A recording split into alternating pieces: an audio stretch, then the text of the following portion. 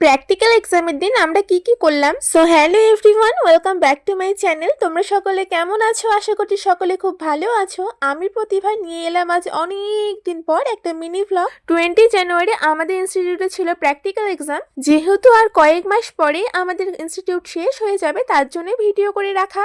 ঝটপট রেডি হয়ে সাইকেল নিয়ে বেরিয়ে পড়লাম ইনস্টিটিউটের উদ্দেশ্যে। যেহেতু এক্সাম ছিল সে কারণে বলা হয়েছিল সকলকে প্রপার ইউনিফর্ম পরে আসতে। আর আমরা যেহেতু খুব ভালো স্টুডেন্ট, আমরা খুব ডিসিপ্লিন মেনটেন করি, তার জন্য আমরা প্রত্যেকবার এক্সামের দিন করে প্রপার ইউনিফর্ম পরে যাই।